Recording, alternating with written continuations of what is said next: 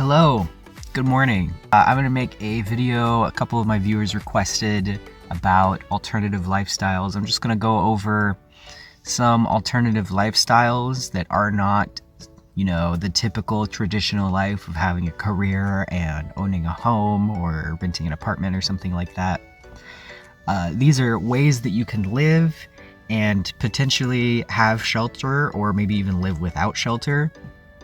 Or at least without consistent shelter, without, owning a home and going the traditional route. So I'm going to start with van life. This is the one I'm going for. I currently live in my car. You could do van life in a car. You don't necessarily have to do it in a van. There are people that do it in like SUVs and stuff like that. Or even like some people say they'll do it in a Prius.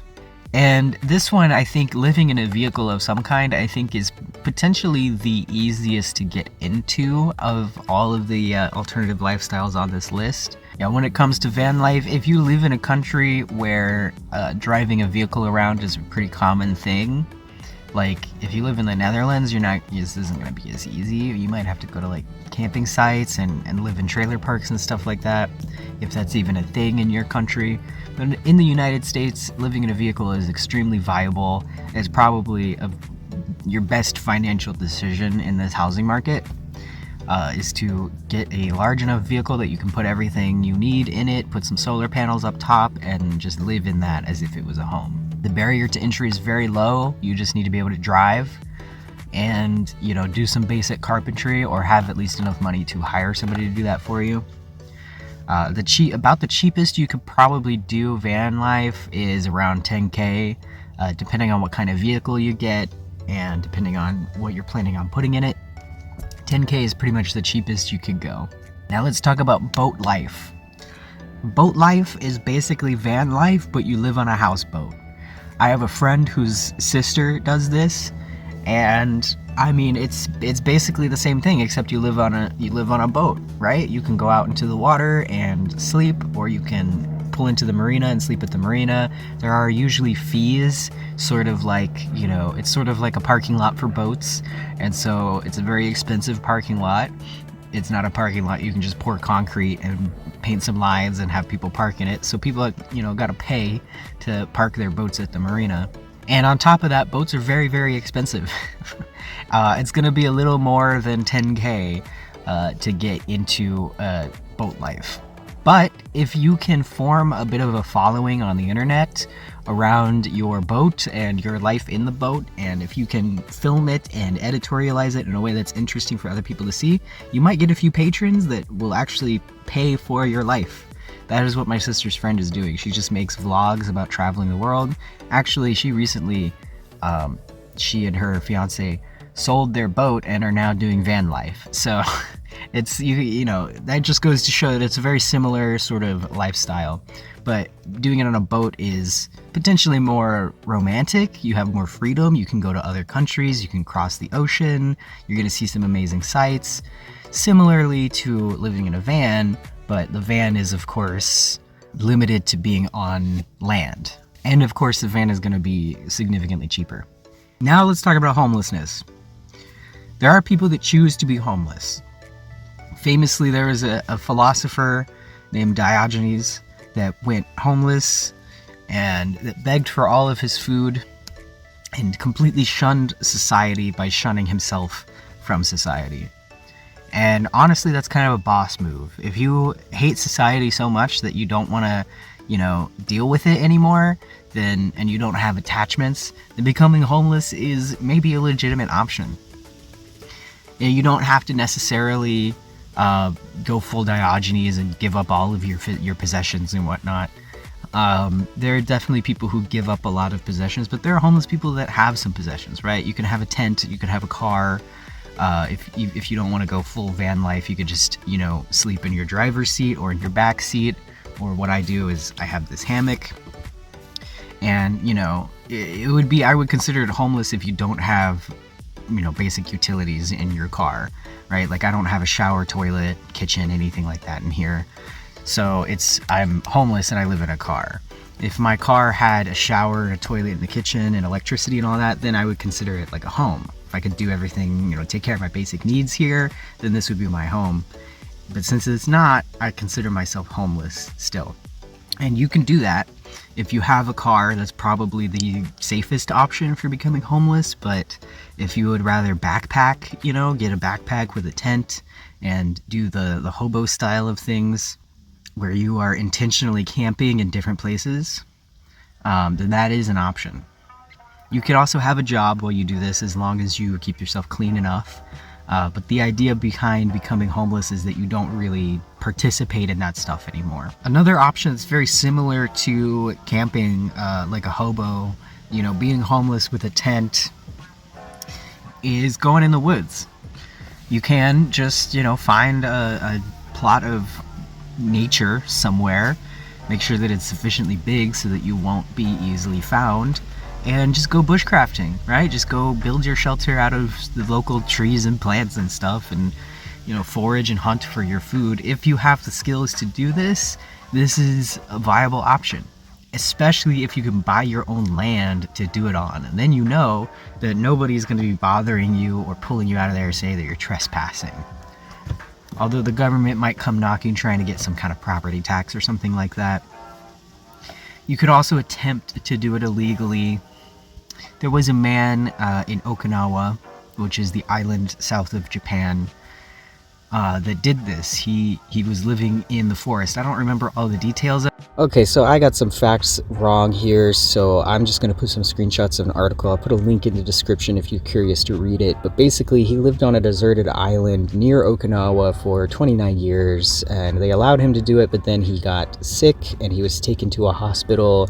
Once he was treated, they didn't allow him to come back to his island. I think after that, he was taken to the elderly care facility. So keep in mind that there is a risk that the government or whoever is just going to pull you right back in and force you to live in society if you go some sort of illegal route. The best idea is to try to do it in the most legal way that you can.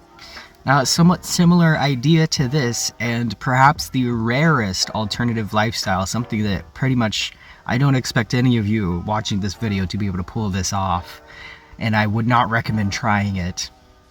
But the other idea is to find a tribe of hunter-gatherers, of people that live still the hunter-gatherer lifestyle, and join their tribe. This has been done at least once, as far as I know, although the evidence is not conclusive that this man was actually that joined the tribe. But there was a guy, I'll have to look up the details and I'll put some screenshots on the screen. But supposedly he disappeared, and then there were photos of a man that looked suspiciously like this guy, dressed like all the other tribe members and going on a hunting party with them. So supposedly he joined their tribe. They liked him enough. And, you know, he had been working with them for so long, and he was like, you know what, I'm tired of my Western life, let me just stay here. And, you know, I know the tribe, you guys treat me like family, let me just stay here. If you can pull that off, that's fantastic. That is my dream. I would love for that to happen to me. But of course, there's a massive barrier to entry to that. It's really, like, I wouldn't recommend trying it, especially if you know, don't just go out and find a tribe in the Amazon and be like, hey, let me join you.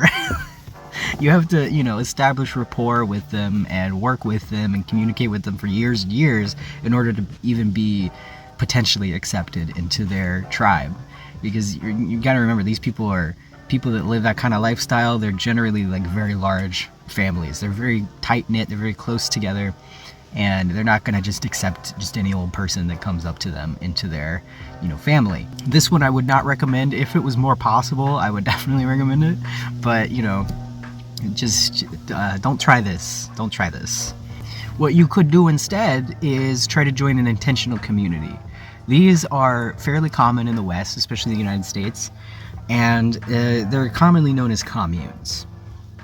Right? They are intentional communities, essentially, of people that get together and they collectively own some land together, and they do crafts, they grow their food, they, you know, sometimes make their own clothes. They try to be as sustainable, you know, self-sustaining as possible within the community.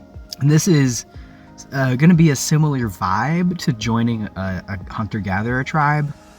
except you're not going to be hunting and gathering. You're going to be, doing your laundry and laundry machines on Wednesdays when you're assigned.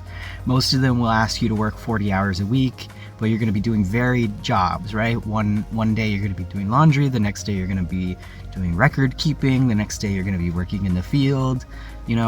Oftentimes these intentional communities will revolve around a particular craft or product that they make and they sell, and that's how they keep their connection to the outside world, and also how they fund their own lives. The risk to this, obviously, is that you might end up joining a community that you don't get along with. And then if you've left your past life behind and you don't have any attachments or any kind of safety net that you can go back to, then you're kind of screwed. Once you join this community, you kind of got to stay there even if you don't like it. If you do have an out, then it's not that bad. It's not that big of a risk. There is the potential, of course, that you're going to join a cult, a small cult. So, just be very careful if you decide to go with this route. Make sure you do your research on the community that you're intending to join, and make sure you really know what you're doing before you get into this. Make sure it's really what you want. And keep in mind, this one is going to be a lot of work. There is going to be physical labor and mental labor associated with it. Again, you're going to be working a lot, probably around 40, maybe even 50 hours a week, depending on how the community balances the work that needs to be done. If you think you can crack out a whole bunch of work all at once within the course of maybe 3 to 4 months, and then you want to rest the rest of the year, then maybe you could do some kind of seasonal work. This is another option. There are seasonal jobs that provide housing and food and everything that you're going to need in exchange for work. And you'll get a lot of money, and then you can use the rest of that money for the rest of the year to, live wherever you want, pay rent somewhere, or live in a van the rest of the year. Who knows? It's up to you. But seasonal work is essentially going to be a place to live and eat and, just be for a while you're doing some work and earning some money. You can put that money away and use it for whatever you want while you're not working. There's things like oil rigs. There's things like, Firewatch. Firewatch people don't call it Firewatch, so you're gonna have to look up what they actually call it. But, you could do Firewatch, become a park ranger, that kind of thing. There's work programs at farms and stuff like that.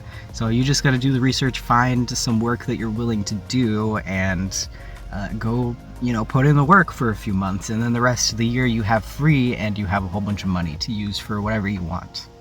The last one on the list here is homesteading, which is very similar to bushcrafting, just going out into the woods and living on the land, right? Except this one is you're gonna have like a home where you live in, right? Maybe a cabin or just a small house on a very large property. And this property, you can own livestock, you can grow food, make it as self-sustainable for yourself as you can, so that you don't have to go out into the world and buy things. So you don't have to buy food or anything. You're going to grow all of your food right there on your homestead. You might also produce more food than you need, in which case you could maybe sell that at a farmer's market. And you can get a lot of money that way. Food sold at farmers markets is fresh, it's organic, it doesn't have as many pesticides usually. You can sell it for a higher price. So you might actually get a ton of money from homesteading, depending on how you do it. It would be very difficult to do it solo. Really, you're going to want to homestead with at least another person, at least 2 people, maybe even a whole family. If you have a family and your family is willing to follow you into this kind of lifestyle, then honestly, this is one of the options, the alternative lifestyles that could work for somebody that has a family. All right, and that's it. That's all the alternative lifestyles that I know of. If you can think of any that I didn't mention here, make sure you leave a comment. Let me know, because I have been exploring alternative lifestyles, and I've been considering so many of these as legitimate options for my life for a very long time. And I've settled on van life because it seems the most accessible from the position I'm in. Like I said, the barrier to entry is pretty high for some of these. Some of them are quite expensive. You might only be able to do them if you already have some wealth and some savings built up. And some of them will also require you to never have a job again, basically, or to completely leave society, while others are more adjacent to society. So yeah, there you have it. That's some alternative lifestyles. If any of these sound appealing to you, I would encourage you to do more research into what it would actually be like, how you can actually get into these lifestyles, if it's actually the right thing for you. I would recommend not jumping into most of these without really doing the research and really building up your skills, especially the stuff like bushcrafting and homesteading, and even being homeless. These things are going to require a lot of work and a lot of dedication, but if you're willing to do it, it is a way that you can live a lifestyle that works for you. So if you liked the video, please consider giving it a like. Please consider subbing to the channel. I am going to get a van very soon, and I'm going to start uploading on this channel my build process while I build the van out and make it into my home. So if you'd like to see that, please consider giving the channel a sub. And thank you so much for watching, and have a peaceful day.